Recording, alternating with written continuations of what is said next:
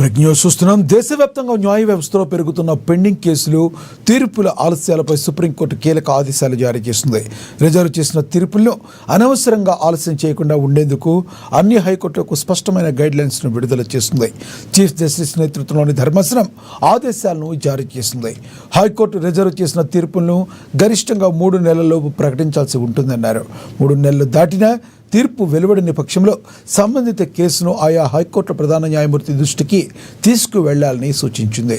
అలాగే ఇంకా ఆలస్యం కొనసాగితే ఆ కేసును మరో బెంచ్కు బదిలీ చేసే అవకాశం కూడా ఉందని సుప్రీంకోర్టు స్పష్టం చేసింది.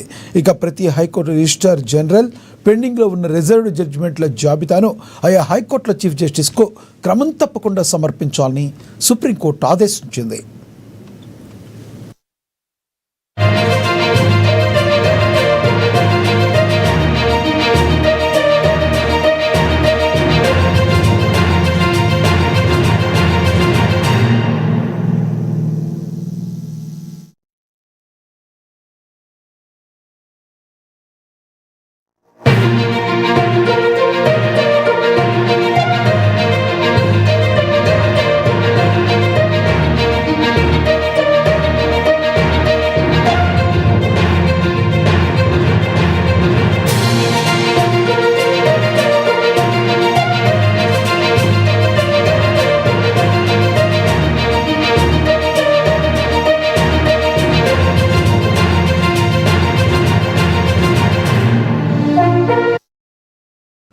దేశవ్యాప్తంగా న్యాయ వ్యవస్థలో పెరుగుతున్న పెండింగ్ కేసులు, తీర్పుల ఆలస్యాలపై సుప్రీంకోర్టు కీలక ఆదేశాలు ఇచ్చింది.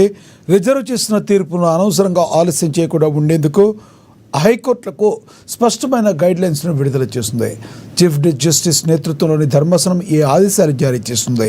హైకోర్టులో రిజర్వ్ చేసిన తీర్పులను గరిష్టంగా 3 నెలలలోపు ప్రకటించాల్సి ఉంటుందన్నారు.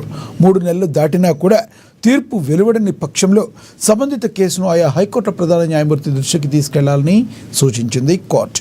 అలాగే ఇంకా ఆలస్యం కొనసాగితే ఆ కేసును మరో బెంచ్కు బదిలీ చేసే అవకాశం కూడా ఉందని సుప్రీంకోర్టు స్పష్టం చేసింది.